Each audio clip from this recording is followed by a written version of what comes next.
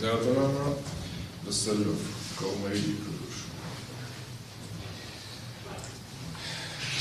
Նրանց համատեքստում գնահատելով վերաբերելու հստական տվյալները, որոնք նաև կողմերը վկայակոչեցին, հետևյալ դիրքորոշում է կայացնել։ Մասնավորապես Գևորգ Հարությունյանի դատարանը քննության այս փուլում եւ այս հանգամանքների համատեքստում գտնում է հետևյալ. ըստ էության առարկայացված չներկայացվեց բացի վերագրվող ենթադրյալ արարքի խստությունից թաքնվելու հավանականությունը գնահատող որևէ փաստական տվյալ եւ ավելին ասած իրական գործում անկապաստական տվյալներից արկայատերություն վերջինս ըստեյության ինքնական ներկայացրել։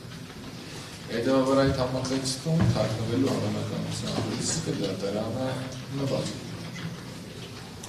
Ինչ վերաբերում է անցանք կատարելու հավանականությանը, ապա վերագրելիության իմաստով դիտարկելով միայն եւ բացառապես առաջադրված մեղադրանքի փաստական կողմը եւ այն, որ նրան առաջադրված է նաեւ մեղադրանք ենթադրաբար սպանության փորձ կատարելու առումով։ Ողջամտորեն քննության այս պահի դրությամբ չհետազոտելով բնականաբար քրեական գործի ապացույցները, որովհետև այդ գործընթացը դատաքննության հետագա փուլին համար է։ Ողջամտորեն կարող է առաջ կայանալ կանխատեսական ենթադրությունը վերջինս կողմից ենթադրաբար արարքի ավարտին հասցնելուն ուղղված գործողություն կատարելու ուղղությամբ, որտեղ վերագրումը ստեյության, որը կարող մենահատման առարկա դարձվի դատարանի կողմից արկա է։ Բացի այդ, նաև հիմք ընդունելով ներազդման հավանականությունը, քրեական բարույթի քրեական գործի քննության խոչընդոտելու իմաստով, դատարան հետևյալ դիտարկում է կատարում. Սույն գործով հարցաքննված վկաներից 11 հոգի հանդիսանում են նույն բնակավայրի բնակիչներ, որտեղ բնակվում է մեղադրյալը։ Հայաստանի Հանրապետության Ջրաբեկ դատարանը անշուշտ հարցի հետ կապված դիտարկում կատարելիս նշել է, որ նույն բնակավայրում եւ որևէ փոխհարաբերություն ունենալու պայմաններում վկաների հետ ըստ էության առարկայացվում է ներազդելու հավանականությունը։ Ինչու է դատարանը սա վկայակոչում, քանի որ ըստ էության նախաքննության դատաքննության փուլերի տարբերակման պայմաններում դատաքննության փուլում մեղադրյալին հասու է դառնում քրեական գործի ողջ նյութերը եւ դրա ծավալը եւ արդեն քրեական գործի ամբողջ ծավալի հետազոտման եւ ուսումնասիրության համատեքստում կարող է ողջամտորեն առարկայանալ որոշակի անձանց ում հետ ունի որոշակի փոխհարաբերություն ներազդման եւ ի նպաստ դատավարական կարգավիճակ ապահովելու համար ցուցմունքների տրման։ Հետևաբար այս հանգամանքների համատեքստում դատարանը առարկայացված է համարվում 3-ից 2-ի հավանականության արկայությունը, իսկ արձանագրված մյուս հիմքերի գնահատման համատեքստում մեղադրյալի նկատմամբ այլ ենթարկային խափանիչ կիրառելու հնարավորությունը առնվազն այս փուլում դատարանը ողջամիտ չի դիտարկում, ինչով էլ պայմանավորված խափանիչոց կալանքը թողնվում է անփոփոխ ժամկետի երկարացումը 3 ամիս ժամկետ։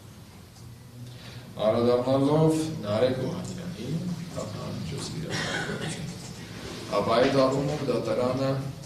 փաստի հավանականության գնահատման առումով եւս արձանագրում է, որ առարկայացված հիմքերը չեն ներկայացվել, որոնք կարող է դատարանը գնահատման առարկա դարձնել եւ նշված հիմքի առարկայացումը հաստատել։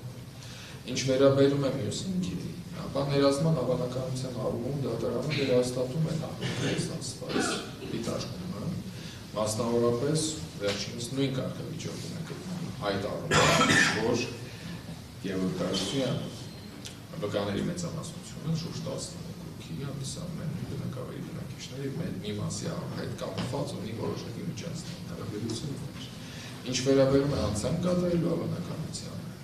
թեպետ մեղսագրված է ենթադրյալ անցանքի կատարում, որը իր մեջ պարունակում է ըստ առաջադրված մեղադրանքի օրակարգությունը, այնուամենայնիվ նաեւ հանցակցության ենթադրյալ արարքի կատարման պայմաններում դատարանի մոտ ևս կարող է առարկայանալ այն մտավախությունը,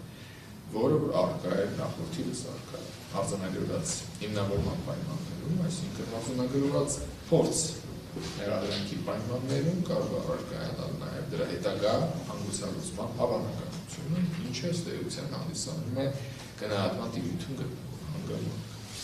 Ինչպես նաև, թե պետհարգելի պաշտպանը կայակոչեց վերաբերելի նախադեպային դիրքորոշումներ և կայակոչեց դատողությունները, որոնք վերաբերում են